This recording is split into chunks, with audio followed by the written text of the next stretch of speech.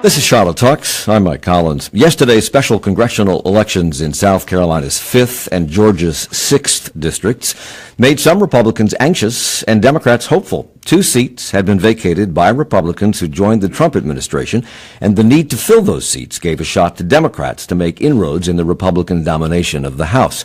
The mere idea they had a shot in those districts was because many viewed both elections as referenda on the Trump presidency. In our backyard, longtime Republican politician Ralph Norman narrowly defeated political novice, Democrat Archie Parnell. It's time to govern. It's time to get things done. It's time to go to work. Yeah! The South Carolina race received minimal attention from the national parties. Instead, their energies were focused on Georgia, where Republican Karen Handel survived an intense Democratic push to flip a Republican stronghold. I need to also thank Speaker Ryan and the House leadership and so many of the members across this country who also united to help us hold the 6th. And a special thanks to the President of the United States of America. This hour we look at the message sent by voters in these 2 districts and at how that might affect the messaging from both parties coming up in the midterm elections in 2018. We are joined today by Larry Shaheen, a Republican political consultant with Carolina Political Consulting. Welcome back to the program. It's always a pleasure. He's in our studio here at Spirit Square, along with Jim Thompson, the chairman of the York County, South Carolina Democratic Party. Welcome to you. Thank you. Great to be here. With us by phone is Dr. Gibbs Knotts. He's the chair of the Department of Political Science at the College of Charleston, where he joins us this morning. Thank you for being here. Excited to be here, Mike. And Tom Bullock is with us as well from WFAE News. If you would like to join our conversation, you can email us at charlottetalks@wfae.org or search for WFAE on Facebook, where you can find us on Facebook Live this morning, or get to us through Twitter at Charlotte Talks. First, Tom Bullock, the numbers. Very narrow victories, actually, in both cases.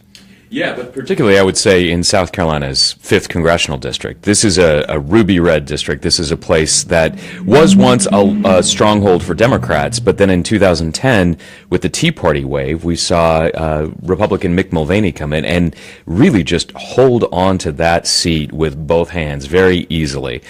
This is a district where, both Mulvaney and then candidate Donald Trump handily won in November by roughly 20 points each. So you look at last night's returns, and the first thing that you note is the Republican, Ralph Norman, only won by, around 2,800 and change in terms of votes. That's out of more than 88,000 cast. So the margins here were very tight, surprisingly tight for this particular district. And Dr. Knotts, going into Election Day, 2 polls in South Carolina had Republican Ralph Norman leading Archie Parnell, the Democrat, by 10 to 17 points, depending upon the poll. How did it turn out in reality? Well, yeah, to be within 3 points, as Tom said, 3 or 4 points is pretty good victory, although, the Democrats really needed a seat. They didn't need another moral victory after the moral victories kind of in Kansas and Montana, right, where they did a little better in the specials, but ultimately Republicans won. But yeah, this is, we've done some research that shows that the approval of the president does impact these special elections, and so even though it wasn't enough, Trump's low approval wasn't enough to swing the district, it had to have had some effect on the Republicans' ability to do as well as Mulvaney did. He won by about 20 points. He's obviously an incumbent, but Norman, just winning by 3 or 4 points. Yeah, with 3 or 4 points, as opposed to a poll that indicates 10 to 17. What does that tell you, Jim Thompson, as chairman of the York County Democratic Party? Well, happily, that tells us that the Democratic Party is still alive and well in York County and in the 5th District. It is a big deal when President Trump carried that district by 18%, and Congressman Mulvaney, now one of the most powerful figures in the White House, carried it by well over 20% and won re-election in the last 2 cycles. We had a candidate that is a first-time candidate for public office. We had 3 Democrats run for the primary. I don't know the last time we had 3 Democrats run for any primary in South Carolina. In a short period of time to prepare for an election, I was amazed. I knew that the numbers of those polls were wrong.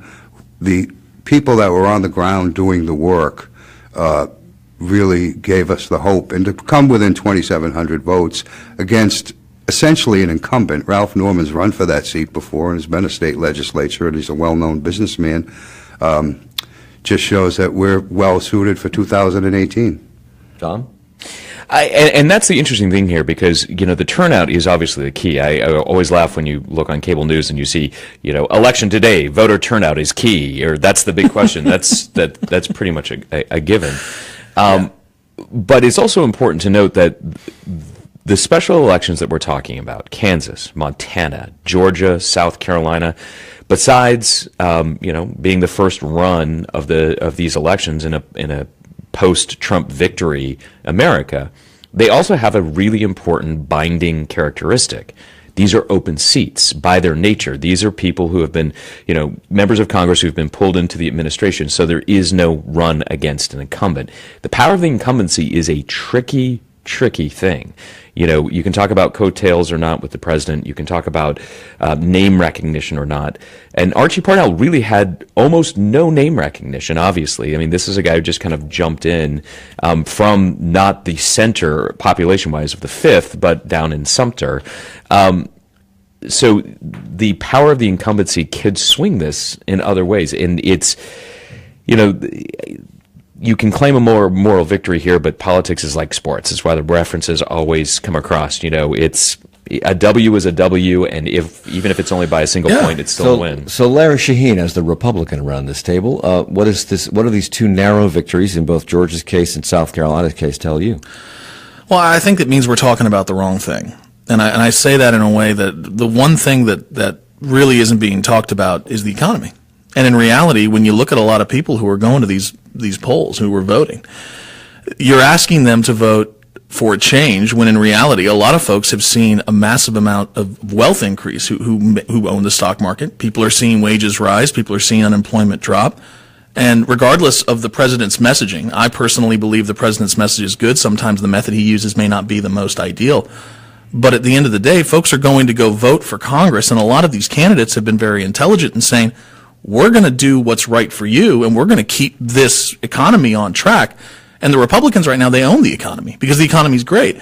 If the economy were to go bad, combined with this the argument could be made that the economy is Obama's economy. It could be, but you know what? He's not president anymore. So President Trump, it was a terrible economy when he was president. That's right, and you saw it. Well, let's talk about the difference. 2010, it was a terrible economy when he was president. Now it's a great economy. I'm fine with it right now. Oh Lord! But here's the fun part. Let's talk about the last time a special election caused a stir. January 10th, 2010. Scott Brown won Massachusetts. Right. Why? The president was popular. Mm-hmm. They had just passed a lot of legislation that was unpopular.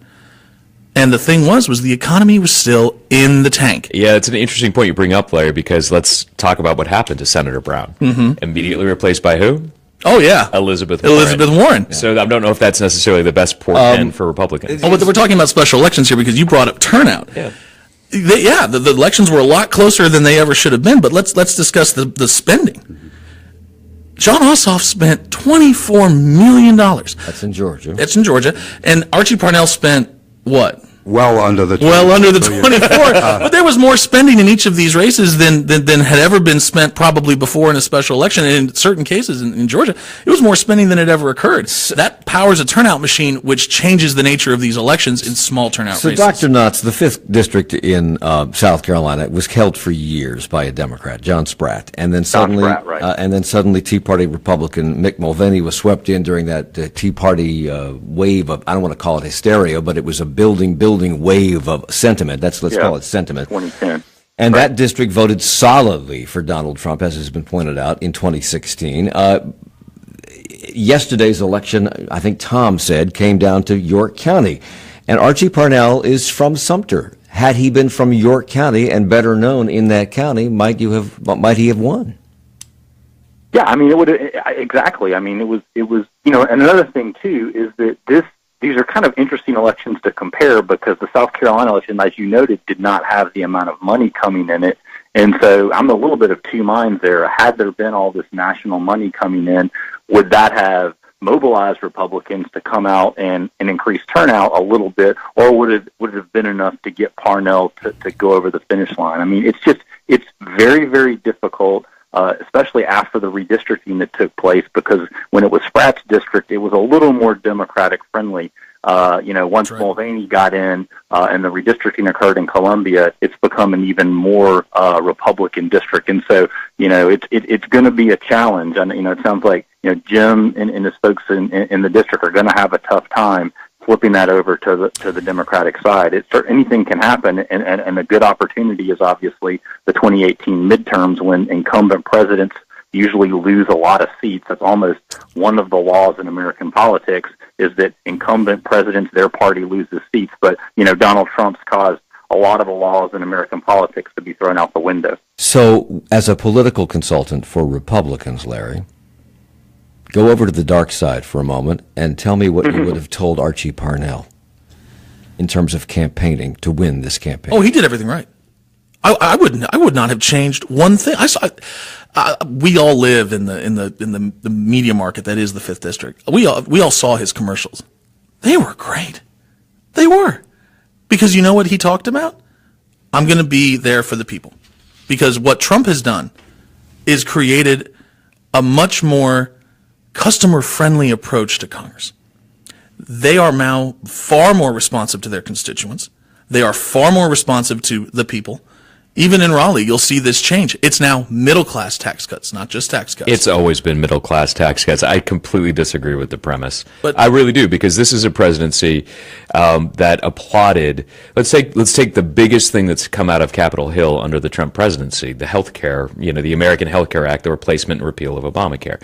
Was that done in a way that was constituent-friendly, or was that done in rooms where it was quickly rushed through twice because the first time they didn't have the votes? Well, constituent-friendly for who, though? And it's about to be rushed through again. Constituent-friendly for who, though?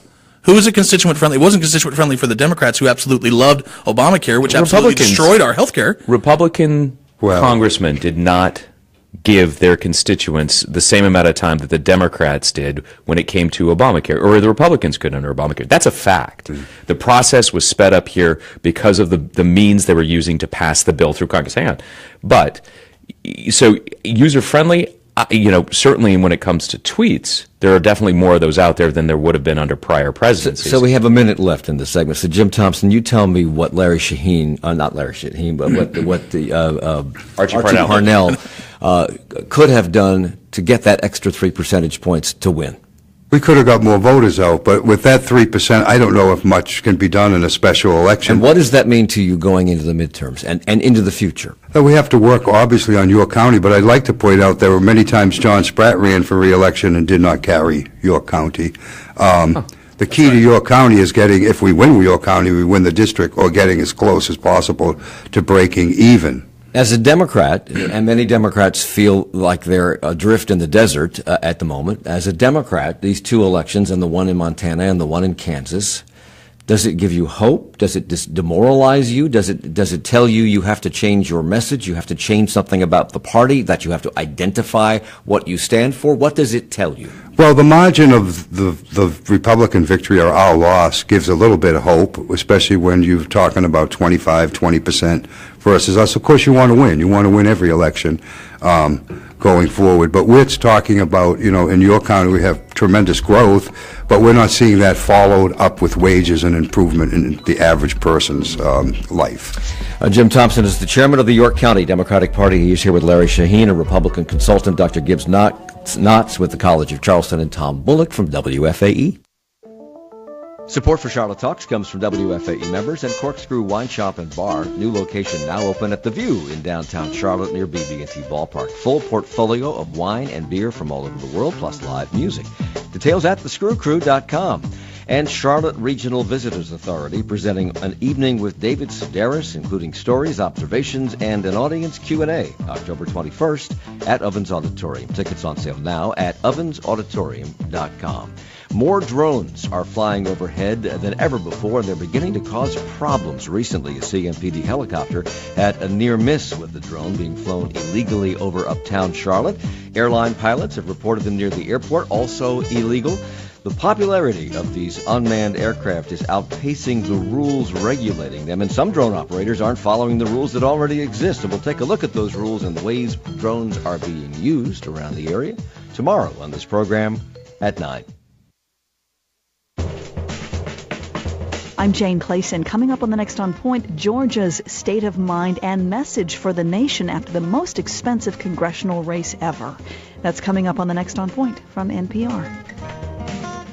A recap of Tuesday's special elections continues with On Point following Charlotte Talks from 10 to noon.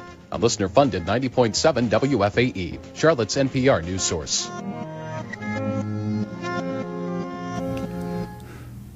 It's Charlotte Talks on listener-funded 90.7 WFAE and 90.3 WFHE. I'm Mike Collins. We're talking about the outcome of yesterday's election in the 5th Congressional District in South Carolina and the 6th Congressional District in Georgia with Tom Bullock from WFAE News, Dr. Gibbs Knotts, who's the chair of the Department of Political Science at the College of Charleston. He joins us by phone. Larry Shaheen, a Republican consultant, is with us in our studio, along with Jim Thompson, who is the the chairman of the York County Democratic Party. Kate on Facebook says South Carolina was, in caps here, shockingly close race. I never thought it would be that close. Going into this election, Jim, you said that South Carolina residents' newfound interest in politics was leading to a surge of activism, and you said that indicated that the Democratic message was resonating. What is the Democratic message? Well, the Democratic message is getting back to basics of government, what Congress, what the state houses are all about. You know, the nation gets used to President Trump as much as we can, but in South Carolina, we're sort of used to that. We've had Mark Sanford and Trey Gowdy and Mick Mulvaney and that whole gang, so we're used to that kind of radical right-wing Republican governance. And it wasn't until this year that we actually were able to pass a roads bill that overcame a governor's veto, and much of that, I think, is because we had a new Democratic state senator, Mike Fanning from Senate District 17, that pushed that issue along in the state Senate and got Republicans to come. But let's just boil it down to basic language. What does it mean to be a Democrat in 2017? Well, let me just quickly. No, please. It means that we get back to standing up for our values of the programs. They're not entitlement programs. They're programs that we've paid into, Social Security, Medicare, and Medicaid. In South Carolina, we don't have Medicaid expansion, yet we pay for that. So the money comes off the table and goes somewhere else. That just doesn't make sense. For Democrats, it's time for Americans to get a wage. The fact that the minimum wage is still under $7.50 an hour is absolutely outrageous in this economy. And as the economy improves for the higher end, it should be improving for the folks that work in the retail store. And what you're talking about is things that would allegedly benefit people in the lower socioeconomic parts of the economy, and yet they like Donald Trump. Mm-hmm. Yeah, well, that's a conundrum that I really can't get over, because he spent really his entire career. Well, they like the Republican. They like the Republican, particularly the Republican Tea Party message. Why? You tell me, Larry. Well, I'm going to read 2 tweets from Seth Moulton. He's a congressman from Massachusetts. I think this came out 10 hours ago, according to Twitter right now. Ossoff race better be a wake-up call for Democrats. Business as usual isn't working. Time to stop rehashing 2016 and talk about the future. We need a genuinely new message, a serious jobs plan that reaches all Americans, and a bigger tent, not a smaller one. Focus on the future. This is a former veteran. He's recruited people all across the country, and he's a leader, a young leader in the Democratic Party. He's saying they don't have a message. They've got a problem. Dr. Knotts, you tell me what the message of these two parties is. Yeah, I mean, I think Larry is definitely onto something. I think that the Democrats have to have an economic message, and then going into 2018, they need to figure out a way to nationalize it if possible, kind of like taking a page out of Newt Gingrich's playbook back in 1994 with the contract with America. They need to focus on the economy, as both Larry and Jim have talked about, and they need to try to make it a national message. And again, certainly the stock market has done well, but the income inequality continues to grow, and so if they can have a plan that's that can broaden the tent, because again, it's not that's I'm of the view that we don't need more liberal candidates, especially in this region of the country, to run as Democrats, more progressive candidates. I think they can have streaks of progressivism, but I think they also need to reach out and broaden the base a little bit to win, particularly in the South. And that's the basic fight, Tom, within the Democratic Party, it seems to me, between the Bernie Sanders branch, very liberal, very socially you could put liberal. Elizabeth Warren in there as well. Yes, and then people who want to have a more traditional, middle of the road message, which is going to resonate. Well, nobody knows yet. I mean, the funny thing is, we all can give our own views of what the Democratic message is right now. The Democratic Party, in my opinion, is very much where the Republican Party was after Barack Obama was first elected president. They're trying to figure out what it is. I mean, if everybody goes back in that time machine, everybody was looking at the Republican Party thinking, wow, they are in a shambles. And, you know, how are they going to pull themselves up from this? I'm a child of the 80s. I grew up and I've always been a fan of politics. And I remember an old joke, which was, what is the definition of a Democrat? I am not a Republican. And it used to give you this flexibility that allowed the Democrats to hold the U.S. House and Senate, but made it tougher for them coming up with a national trend when it came to, you know, running for the presidency. These days, they have to decide what they are going to be. If you look at, you know, Archie Parnell and Ossoff in Georgia, they are moderates. They swung very much towards the middle. If you look at, you know, and almost won. But they tried to. But what was the problem? Nancy Pelosi, Democratic leadership, the fact that they can't get away from this liberal wing of the party which owns and runs them and funds them. That's the problem. From a consultant standpoint, I love that Nancy Pelosi is still the leader of the House Democrats, because you know what? She was there for all the bad stuff they did that we think is bad, that the public thinks is bad, and we can drag her out and bang on her every time and say she's liberal. And Karen Handel in the 6th District in Georgia did just that. She pointed to Ossoff as being a hand-picked liberal choice of Nancy Pelosi. And Dave on Twitter says maybe Nancy Pelosi is really hurting the Democrats in these special elections. Why don't they bring on new leadership? She tried. Well, Nancy Pelosi is not from South Carolina, and I agree with you. I'm happy that Nancy Pelosi is still leader of the House, and she was a great Speaker of the House.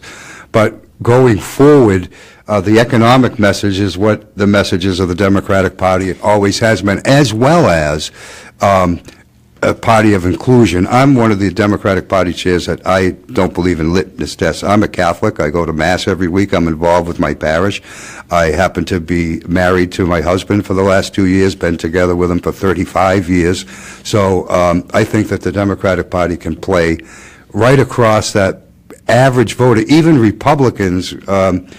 We all get up and go to work, you know. Well, you know, Larry Shaheen just mentioned the Obamacare being destructive to the American health care system, and the Republicans have put forth their plan, which many people, including the president, call mean. Yeah. After big high fives in the Rose Garden. Pretty much. So it seems to me also, of just looking at that, or just taking that as an example, that the Democrats passed this health care, something that has not been able to be done since the beginning of the 20th century, and you wouldn't own it.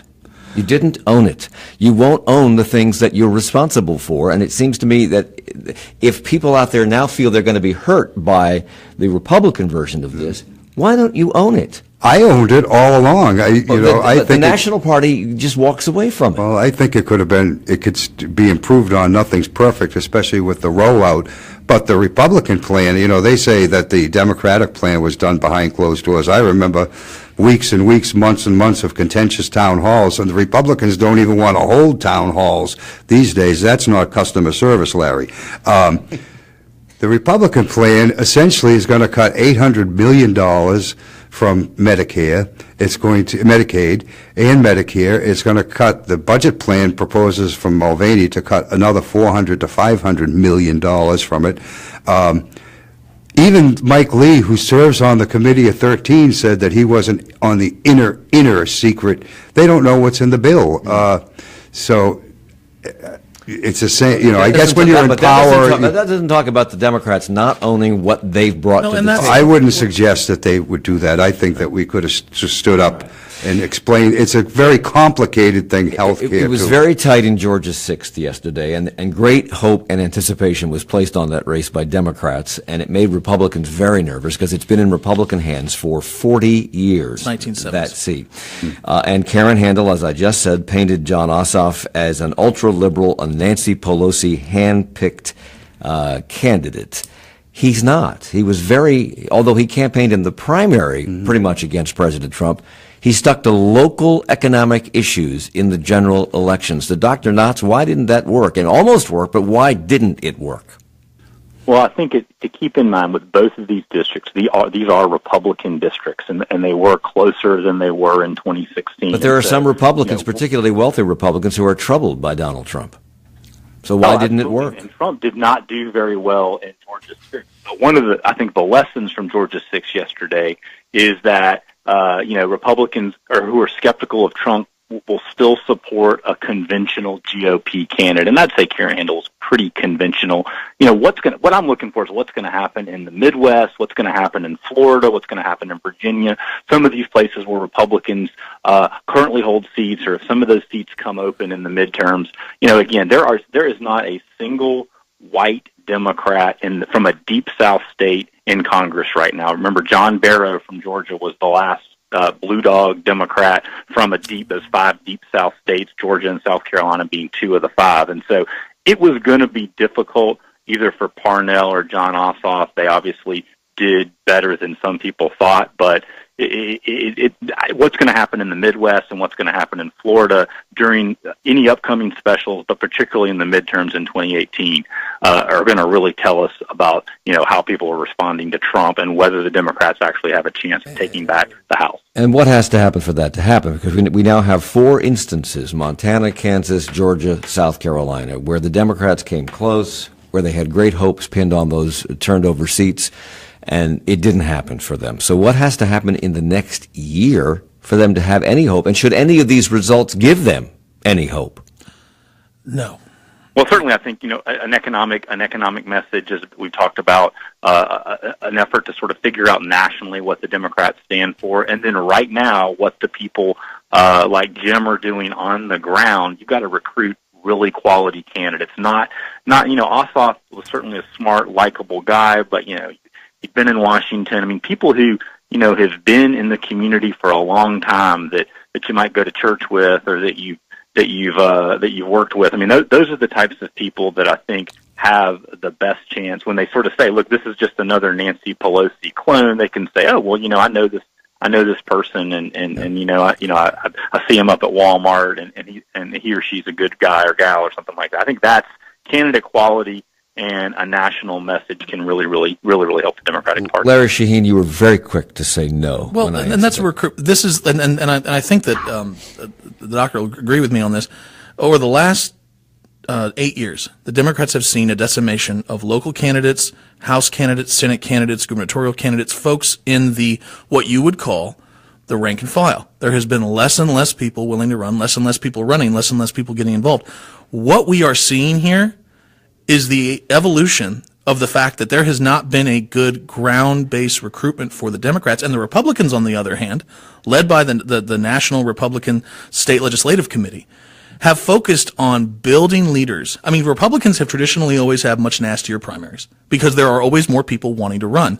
And the fact of the matter is that those primaries over years and years, and the building of leadership and the work that has been done on the Republican side to create and win at all levels has now kind of filtered up. And in the South, I think that's a fantastic point. The South has become a place where conservative Democrats, they don't exist. Mm-hmm. They don't exist. And they do, but they're voting Republican. Robeson County voted for President Donald Trump. Cumberland County, North Carolina, voted for President Donald Trump and Congressman Robert Pittenger. Bladen County, North Carolina, President Donald Trump, Congressman Robert Pittenger. That doesn't happen. So the first time, I mean, Robeson County voted for Pat McCrory and Donald Trump. That's what's happening, is the evolution of the rural conservative Democrat to become a conservative Republican. And the fact that the Democrats don't have a bench, and they haven't had a bench, and they have not done the work. They believe in this national approach, this national program where all the national businesses are going to do great, and we're going to do great. It's all going to, but they have not done the work at the local level like Republicans have done in some of these other areas and recruited local candidates who are homegrown. Well, to be fair, I mean, let's face it, one of the things that did add to this, that did help this greatly, and fairly so, because the Democrats have done the same thing when the situation reversed, is if you use the same timeline, Larry, that you just laid out, what takes you back to the start of the building of this Republican bench is the 2010 census and redistricting.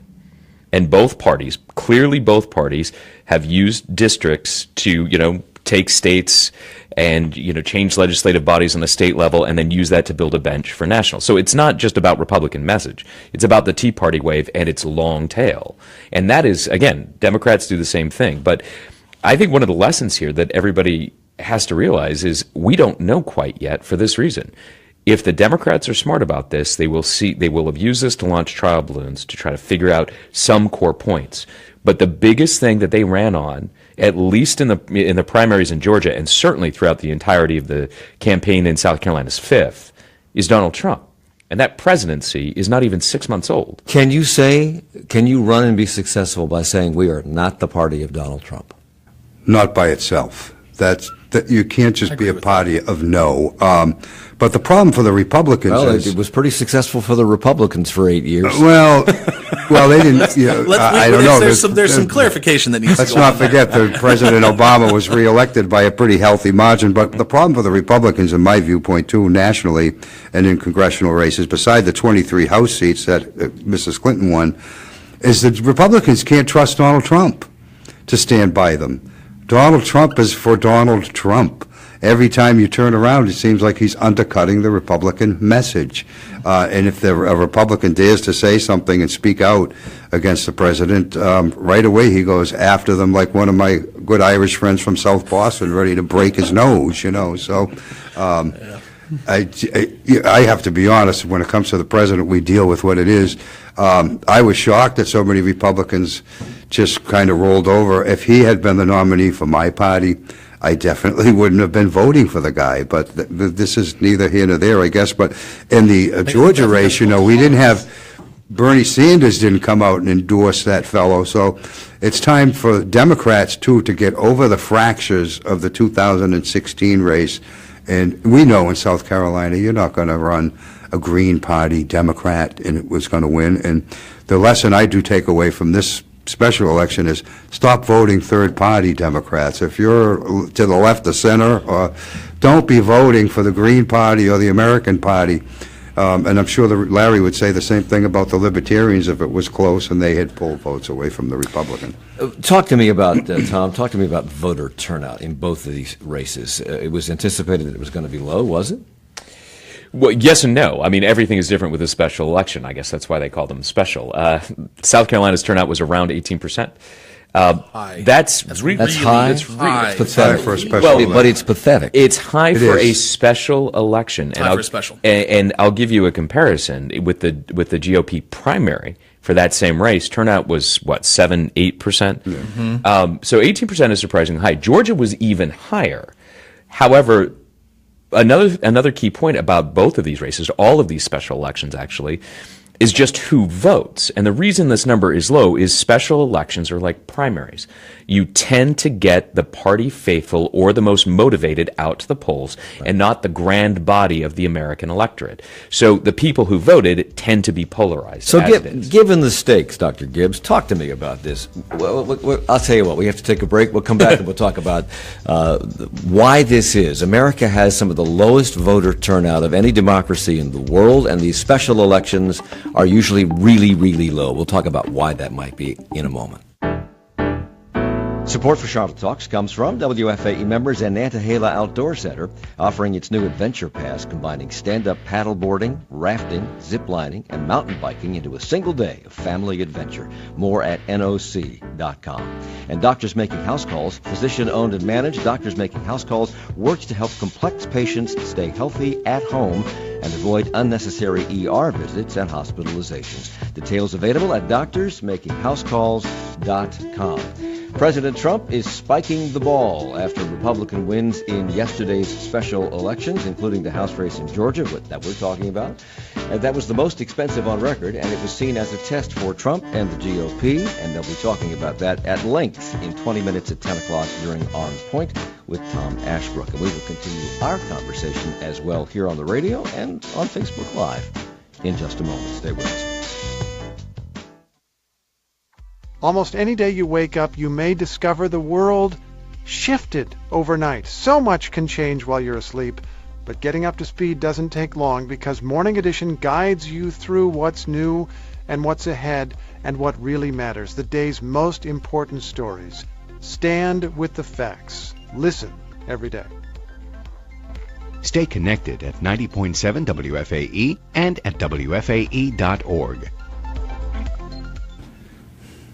It's Charlotte Talks on WFAE and WFHE. I'm Mike Collins. We're talking politics in the aftermath of the two special elections in Georgia and South Carolina's 5th Congressional District. Yesterday with Jim Thompson, who's the chairman of the York County Democratic Party. Larry Shaheen is a Republican consultant with Carolina Political Consulting.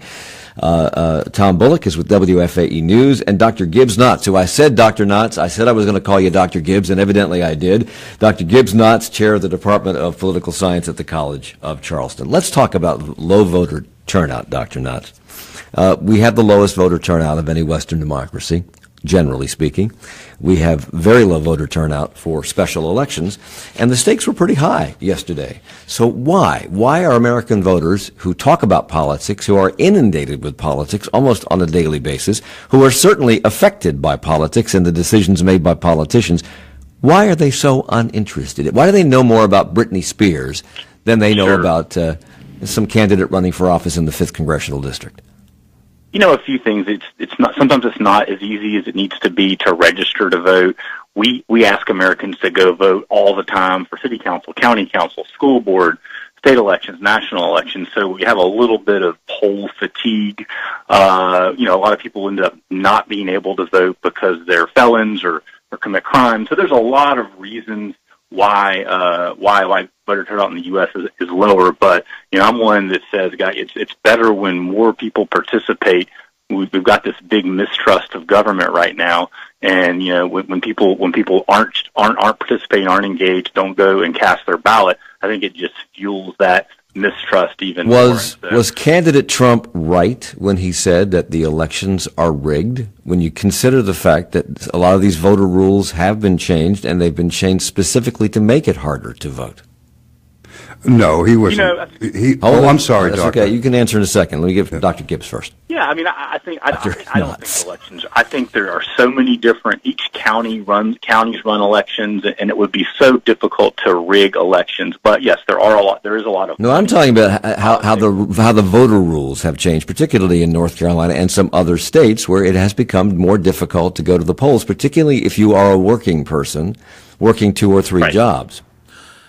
Right. Yeah. I mean, there's. I think yes, that does impact the ability for some of these folks, particularly in the lower socioeconomic categories, to be able to go and vote. And so, when North Carolina had more early voting, I was certainly a fan of that, giving just more people an opportunity to vote and making it, reducing barriers to vote, not increasing. I mean, we obviously have to take allegations of voter fraud seriously, but most of the time, I think that's certainly the exception and not the rule. There's not, I don't subscribe that there's a widespread voter fraud in this country. So let me get the Democrat and the Republican point of view on this. Jim Thompson, the Democrat, you're first. Okay, there's absolutely no proof of really any significant. It's a tiny fraction of to commit voter fraud. People know that that's a serious crime, but ironically, the president and it complains about easy access and Republicans to voting when the exit polls showed that the same day voters who voted in North Carolina mostly voted for Donald Trump. So they weren't Democratic voters. To get back to a point that someone made about the census in 2010, more importantly, the census in 2020, and that election's a presidential year, and yes, we can talk about gerrymandering, but people have to vote in census years, no doubt, off-year elections. I've never missed an election in my life, but like the other folks around this table, I happen to be a political junkie. I don't understand missing elections or anything like that, but I'm interested to see what the Supreme Court will rule on the Wisconsin case, where clearly the districts were, in my mind, changed to benefit a political party. Right. Which has been legal up to this point. So let me get your point of view. It should remain so. Why? It should remain so because it's a political question, and the Supreme Court of the United States has no business getting involved in how states structure their political process. But why should political parties be involved in how voters go to the polls? Because elections have consequences, Mike. If we don't have consequences, or if there's not a reason for folks to vote, you know what's going to wind up happening? You're going to see an increasingly lower voter turnout. Because at the end of the day, this is still a federal republic, and our states have to have the right. And this goes back and forth, because every time a census is taken, the party in power gets to redistrict. When the Democrats held North Carolina for almost 100 years, they fixed it so that Democrats had an advantage in the system. You've changed that now that Republicans have advantages in North Carolina that Democrats no longer have. Is that fair to voters on either side of the equation? Let me ask this. I'll go ahead. You go ahead. Let me ask this question. Do you think that it's going to that any nonpartisan body that they create is going to not be partisan in the makeup or structure? Well, bring in somebody from England to do it. No, thank Seriously. you. I don't want someone from England drawing my districts. I don't, because at the end of the day, if you're going to get look what happened in Mecklenburg County. Perfect example of what wound up happening. Mecklenburg County had a redistricting committee back in 2011. I was on it. I sat on it. You know what wound up happening? Everything was great up until the very, very, very, very end. At the very, very end, a map got introduced out of nowhere for no good reason that would have eliminated Bill James' seat. Now, I'm certain that would have made a lot of Democrats happy, but it certainly wasn't fair, and it certainly was to the advantage of the party in power. And it took the legislature having to come in and intervene to keep that from happening. But at the end of the day, there's a part of me that almost is like, look, if people are going to vote a certain way, they're going to support a certain party, and they're going to support those people for office, let's remember, in 2010, the Republicans won the majority with maps the Democrats drew after being taken to court 3 different times. So elections can be won irregardless of maps. There has to be some limit to federal overreach into the state's ability to police its own issues. Or we're just going to go ahead and create an overreaching federal government and the state governments have no role. Dr. Knotts, what's your take on this? Yeah, we're pretty polarized right now, so I would suggest that maybe we think about ways to get people to work together a little bit more. And it sounds like, Larry didn't have a good experience with the redistricting in Mecklenburg County, but, there are states that do have bipartisan commissions that do things a little bit differently than South Carolina and North Carolina. I mean, look at South Carolina in terms of the state house and state senate. Very few folks are challenged.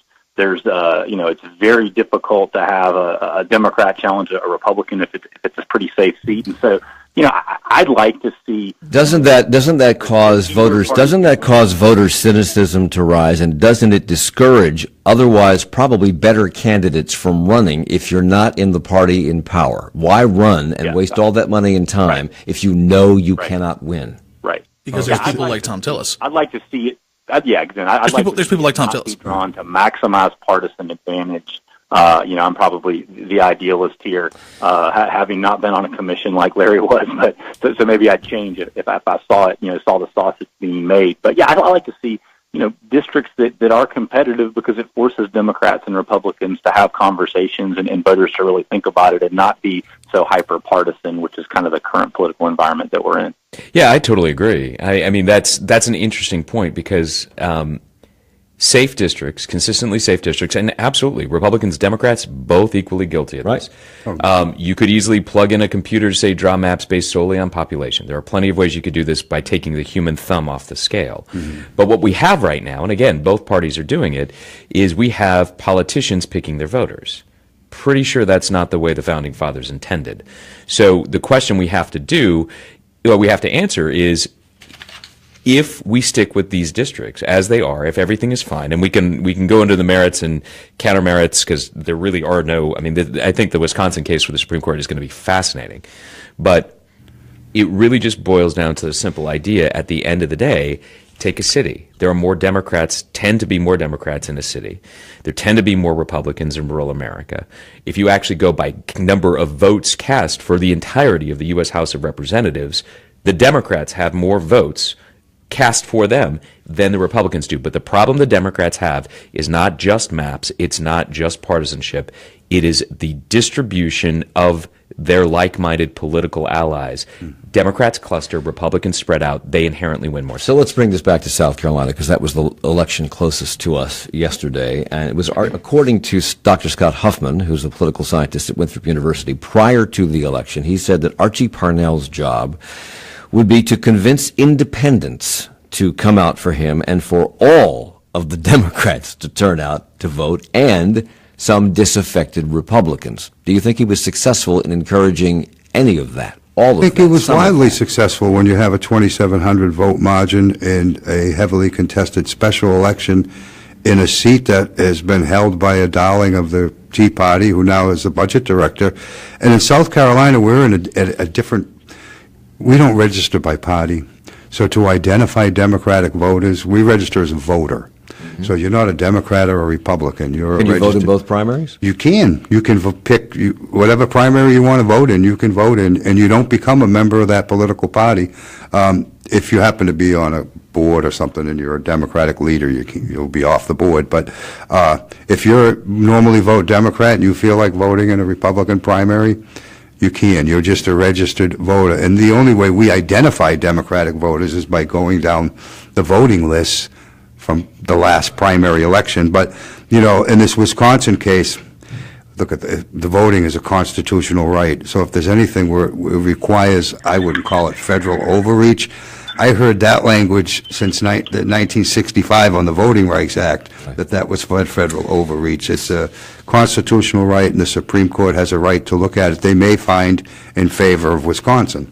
The Republican in the South Carolina race, Ralph Norman, went through a bruising primary. I think there were 7 Republican candidates, and he barely squeaked past State Representative Tommy Pope in a runoff. Pope did not tie himself very closely to Mick Mulvaney, but Mr. Norman, Ralph Norman, the winner, did.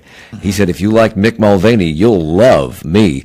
So does that tell you that South Carolina's 5th Congressional District is solidly Tea Party Republican now? No, what it tells me is that the Republican base is going to be loyal to the folks that they have selected. Let's look at the Virginia primary that just occurred, for example. A very close race. Ed Gillespie just barely made it through. No one expected that. Everybody expected Ed Gillespie to beat his competitor, whose name is escaping me at the moment, by about 10 to 12 points. However, he didn't. It was very, very close. And the reason was because the opponent tied himself to President Trump. And what I'm seeing, and this is what I'm seeing from my party's base, the question we're getting is, why aren't you distancing yourself from President Trump? It's why aren't you supporting him? It's why aren't you doing that? And the reason Mick Mulvaney was so popular was because he was an independent. And you can say he was a Tea Party Republican, very conservative. That's fine. You know what? He was independent. He thought for himself. Republican primary voters have always been for someone who's going to make the best decision that's going to be for the district and for the conservative side. Ralph Norman understood that. Now, it was a close race, but at the end of the day, those races are always going to be close because you've got business-minded Chamber of Commerce Republicans, and then you've got your conservative, activist, hardcore Republicans who want to see the federal government much, much smaller. So that conflict has continued ever since the 1960s. So nothing's really changed. But the question is, who's going to win that? And in South Carolina, Virginia, North Carolina, Georgia, we've seen this loyalty to the idea of supporting the Republican. And if you're not standing with the president, it's more important. However, the opposite is also true, in that those who stood with the former Speaker John Boehner, they got lambasted for it. So maybe it's odd. It makes things. One of Archie Parnell's so-called paths to victory was supposed to be fueled by traditional Democratic constituencies coming out to vote, among them African Americans and working families. It's probably too early, perhaps, to answer this question definitively, but did that happen? I think it did, based on the turnout. You know, yesterday, some people were freaking out on social media that the turnout is high. That's the Republicans. I said turnout works great for Democrats, high turnout. So, based on the ground game that we had in the short period of time, don't forget we had a primary, too, that we had to get through. And I'll agree with Larry. Mick Mulvaney certainly was an independent. He's the only congressman I know in a long time, Republican or Democrat, that spoke to a John Birch Party convention. That's pretty strange. Let me share with you some emails that have come in while we've been talking. Larry in Charlotte writes, I got months of money requests for John Ossoff, the Democratic candidate in Georgia. The past month, about 10 a day. Not once do I recall being told why I should support him, what his ideas or goals were. Just send money. Well, as chairman of the York County Democratic Party, I can assure you, if you get on our email list, we don't give that email to candidates. You'll get one email a year from us. But will you tell them why? Will you tell them why they should vote for your candidate? Oh, yes, we'll tell them why, because our candidates and the party's philosophy is to improve the opportunities for everyday Americans and to level the playing field. And I don't think that we're going to see this from the Republican. You know, going into 2018, what Republicans have to worry about is what have they done? Yeah. A comment on Twitter: until South Carolina allows early voting, turnout will always be low. Scott in Gaston County emails, Democrats definitely need to work on their messaging. They need simple catchphrases like, "Make America Great Again." You know, it fits on a hat. Yeah. Lots and lots and lots of hats. Yes, for Made instance, in China. In response to the label of being called socialists, Democrats should explain why they are sustainable capitalists. They need a better phrase than sustainable capitalists, I'll tell you that. Well, and that's why I said they're not, entitlement programs. These are benefit programs that we pay into, and if it wasn't for Social Security, the elderly population would be back where they were before in Medicare, at the bottom in poverty. I want to return to that early voting just real quick, and I want to make one comment. The Supreme Court put 17 days of early voting on for us this last time around in North Carolina. 17 days. For those of us who work campaigns, that's 17 days of 16-hour days. There is lots of opportunity. And South Carolina is different. South Carolina doesn't have early voting. Luckily, you get paid to work campaigns. I do, but there's a certain amount of if people want to vote, they're going to vote. Yeah. And we've talked about turnout. And that's why I think when you're analyzing the results from these elections, these are like the Supreme Court decisions that get made where it's like, oh, this one only applies to this case and doesn't apply ever again. The demographic model for this election turnout is based on what was spent. So very quickly, because I have 10 seconds, Dr. Knotts, should Democrats be worried about the future of their party? Absolutely. Yeah, they've got to figure out what their message is, and they've got to figure out how to return to those biracial coalitions, particularly in the South, that did so well for them in the 70s and 80s, but have really kind of not happened since then. Dr. Gibbs Knotts, College of Charleston, Jim Thompson, York County Democratic Party, Larry Shaheen, Republican consultant, and Tom Bullock from WFAE News. Thank you all. Charlotte Talks with Mike Collins is a